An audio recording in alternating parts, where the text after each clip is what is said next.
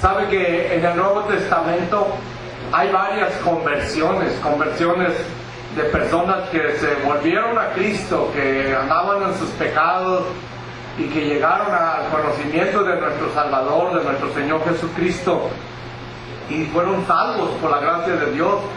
Y una de las notables conversiones, sin duda, hermanos, es la conversión de Cornelio y su familia, su casa, vamos a decir, porque su casa en la Biblia no quería decir nada más sus hijos y su esposa, abarcaba sus sirvientes, sus trabajadores, sus vecinos cercanos, sus familiares cercanos, sobrinos, cuñadas, tíos. Así que la casa podía significar mucho más que hoy para nosotros lo que la casa significa. Por eso usted, cuando lee la historia de Cornelio en Hechos 10, usted va a darse cuenta que se congregó un buen número de personas. Es que la casa de Cornelio era grande. No me refiero al edificio en particular, aunque debe haber sido grandecita porque era un centurión romano. Tenía con qué haber hecho una casa más grande, de seguro que sí, pero su casa aquí, hermano, se refiere a su familia, Y dice en Hechos capítulo 10, hermanos, de esta historia, era un hombre de Cesarea de Filipo, de seguro, estaba cerca del mar. Se llamaba Cornelio, este centurión de la compañía llamada la Italiana, piadoso y temeroso de Dios con toda su casa, y que hacía muchas limonas al pueblo y oraba a Dios siempre. Este vio claramente en una visión, como a la hora novena del día, que un ángel de Dios entraba donde él estaba y le decía: Cornelio. Él, mirándole fijamente, atemorizado, dijo: ¿qué es, Señor? Y le dijo: tus oraciones y tus limonas han subido para memoria delante de Dios. Envía pues ahora hombres a Jope. Jope hoy es Tel Aviv. ¿Ha oído de Tel Aviv? La capital política de Israel, ahí en la orilla del mar. Ahí es Jope, hermanos. Ahí es Jope. Hay un lugar en Jope que pasamos por ahí cuando fuimos a Israel, que decían que era el lugar de la casa de Simón el curtidor, donde Pedro estaba hospedado. Y al venir a Simón, el que tiene por sobrenombre Pedro, este posa en casa de cierto Simón curtidor, que tiene su casa junto al mar. Él te dirá lo que es necesario que hagas. Ido el ángel que hablaba con Cornelio, llamó a 2 de sus criados y a un devoto soldado de los que le asistían, a los cuales se envió a Jope, después de haberles contado todo. Al día siguiente, mientras ellos iban por el camino y se acercaban a la ciudad, Pedro subió a la azotea para orar. Al otro día entraron en Cesarea, y Cornelio los estaba esperando, habiendo convocado a sus parientes y amigos más íntimos a su casa.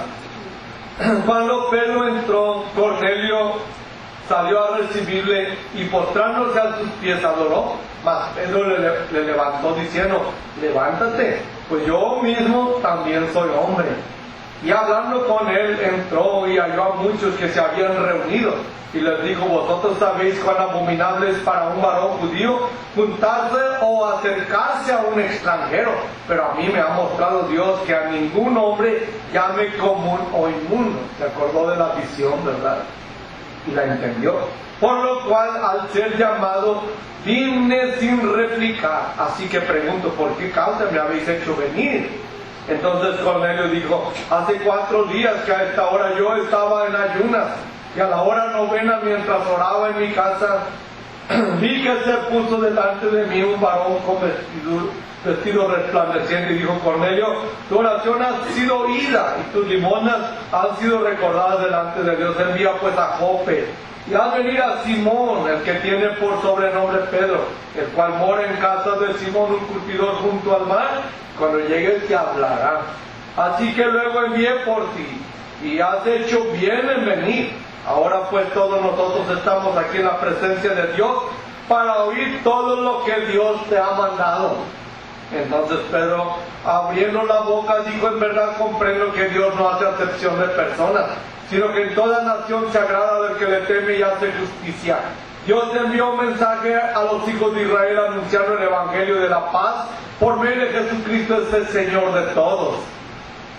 Vosotros sabéis lo que se divulgó por toda Judea, comenzando desde Galilea, desde el bautismo que predicó Juan, como Dios ungió con el Espíritu Santo y con poder a Jesús de Nazaret, y cómo éste anduvo haciendo bienes y sacando a todos los oprimidos del diablo, porque Dios estaba con él, y nosotros somos testigos de todas las cosas que Jesús hizo en la tierra de Judea y en Jerusalén, a quien mataron colgándole en un madero.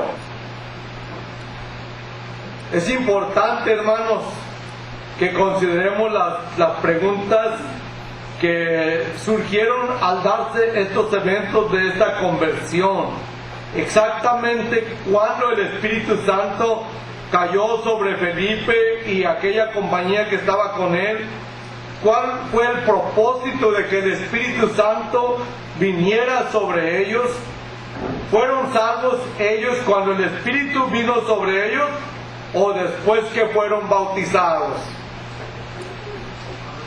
Sin duda, antes de que fueran bautizados, ellos fueron salvos. Antes, cuando vino el Espíritu Santo sobre ellos para morar en ellos, entonces fueron salvos. Tenemos una armonía de la conversión de Cornelio, hermanos, y de su casa aquí. Ya sabemos la historia, el ángel aparece, la visión que Pedro tiene en la casa de Simón el curtidor, que le enseña algo que le iba a preparar para la llegada a la casa de Cornelio, un gentil, hermano, no era judío, era temeroso de Dios, amaba a Dios, que tenía fe en Dios, en el Dios de Israel, pero no lo conocía todavía. Cornelio era un gentil y su familia era gentil, hermano. Vivían en Cesarea de Filipo, una ciudad mayormente gentil. Y Dios le manda que traiga a Pedro para que le hable palabras por las cuales iba a ser salvo él y su casa. Hermanos, Pedro iba a ser renuente en mí, y de veras fue renuente en mí en cierta forma. Dios tuvo que prepararle mental y espiritualmente para ir, porque Pedro, siendo judío, no entraba en una casa de un gentil. Ningún judío iba a entrar en una casa de un gentil para quedarse, para pasar la noche, mucho menos para comer con ellos, mucho menos. Preferían quedarse en la plaza, en la calle, en una banca, ahí a media plaza de la ciudad, que quedarse dentro de una casa de los gentiles. Eran muy escrupulosos en sus observancias religiosas y por eso no podían hacerlo. Así que Pedro tenía que ir preparado, que Dios no hace distinción de personas, que nadie es llamado inmundo ante los ojos de Dios, que en toda nación se agrada a él de los que le temen, sean estos judíos o sean gentiles. No estaba formando dos pueblos, estaba formando un solo pueblo, que es la iglesia. Y la iglesia iba a estar compuesta igualmente de judíos como de gentiles. Y esto era una cosa muy difícil para Pedro comprender, hermanos, pero al fin lo fue comprendiendo. Y claro que esto tomó algo de tiempo para que lo entendieran completamente. Así que Pedro, hermanos, predica en la casa de Cornelio y dice: nada debo llamar común o inmundo, porque Dios acepta a todos y limpia a todos igualmente, sean judíos o sean gentiles. Mientras Pedro habla, los oyentes, hermanos, reciben el Espíritu Santo, porque ejercieron fe mientras Pedro estaba predicando. Pero aunque se use la fórmula, si no se hace en la forma correcta y a la persona correcta, no es un bautismo. El bautismo es el bautismo del creyente en agua y debe ser por sumersión. Si una persona se bautiza